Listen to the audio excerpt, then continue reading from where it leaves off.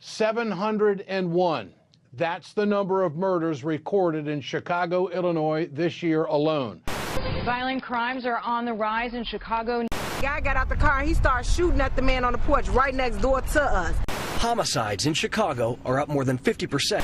Since 2001, more people have been killed in Chicago than the number of Americans who were killed in the wars in both Afghanistan and Iraq. Seems like anytime we turn on the news, we hear about another shooting in Chicago. The media depicts the violence in Chicago like a war zone. But what's it like to walk in their shoes, to live in their lives, and to see what they see? To understand this better, you need to know who I am. This is me. My name's Will, and I'm from Harwood Heights, Illinois. Probably never heard of it, right? Well, I don't blame you. I come from a small town where 92% of the population is white, and the last time there was a murder, this guy was the most hated man in the world. Growing up, I was always told that the South Side was rough. I never understood why, until I took a trip myself to see it firsthand. These are my friends Anijah and Yolanda.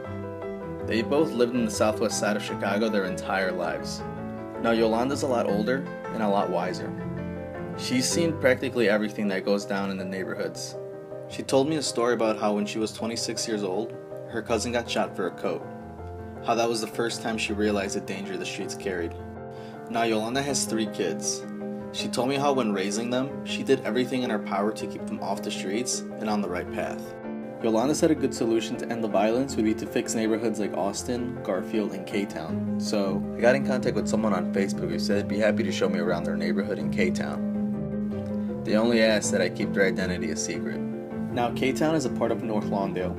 It stretches between Pulaski and Cicero with 8 streets in between, those being Kamensky, Karloff, Kedvale, Keeler, Kildare, Collin, Costner, and Kilbourne. He showed me around, and for the most part, all the houses looked run down. I was also able to meet 3 men, these guys, who are well-known businessmen in their neighborhood. It's crazy. These guys are my age, doing what they're doing. One could only imagine what their lives would be like if they chose a different path. The next place I was taken had the biggest impact on me. I don't know why, it just did.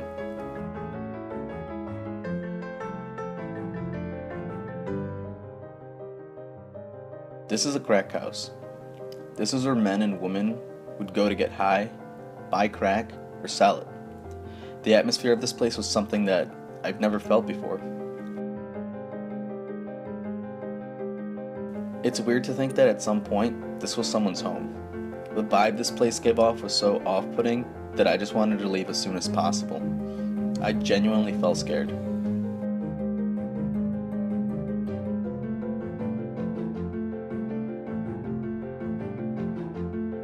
I'll never forget this experience. It really opened my eyes to a part of Chicago that I knew existed, but never paid any attention to. It really put my life in perspective, and it made me more grateful for what I have, and I thank everyone who helped me in this process. My name is Will, and this is my story.